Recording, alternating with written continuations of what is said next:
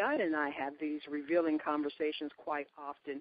One of the most popular times for him to open my eyes and understanding to some things is when I walk the dog in the morning.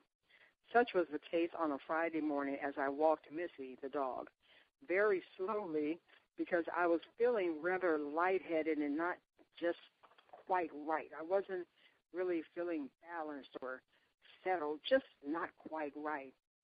I remember praying about the way that I was feeling and then praying for some others who were facing some health concerns as well. As I did, I started talking to God about this whole concept of our bodies being a temple, the place where his spirit, his essence, his energy, his divinity, his isness abides. It occurred to me that our bodies, our temples, house the very divinity that can create the things that we seek the I am for.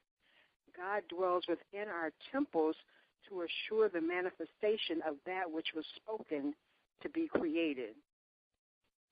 So I asked of God, if this is true, then why do we seriously not care for our temples?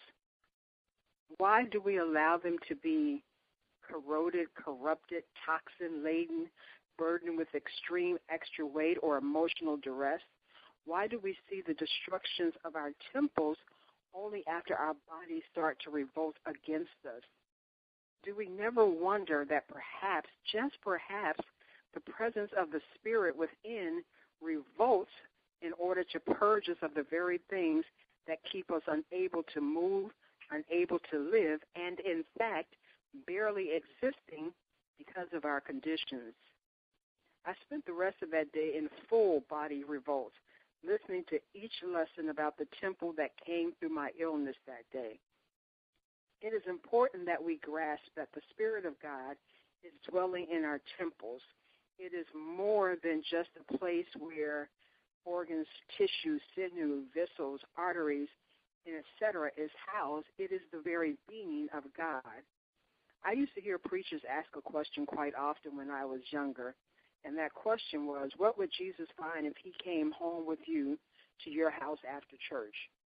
Well, I had to ask myself, and so I ask you as well, what is the Spirit having to squeeze in next to in your potentially unhealthy and toxic temple in order to help you manifest what you're praying for? Detoxification, perhaps, is the opportunity to prepare your temple as a mansion for the most righteous king yet to live. Arise and live. I'm Emily Claudette Freeman. Be sure to check out my empowering products by clicking on the My Products link at www.eclaudettелiterary.com. Be blessed.